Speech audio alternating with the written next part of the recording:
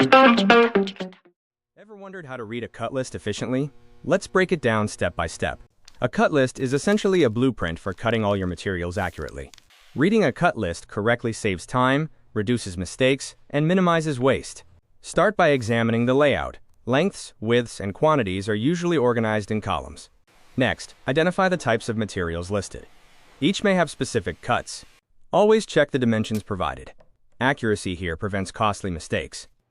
Pay attention to how many pieces of each size you need. Some lists include special instructions. Don't overlook them. Visualizing the cuts on paper helps you understand how pieces will fit together. Organize your materials so each cut is easy to locate.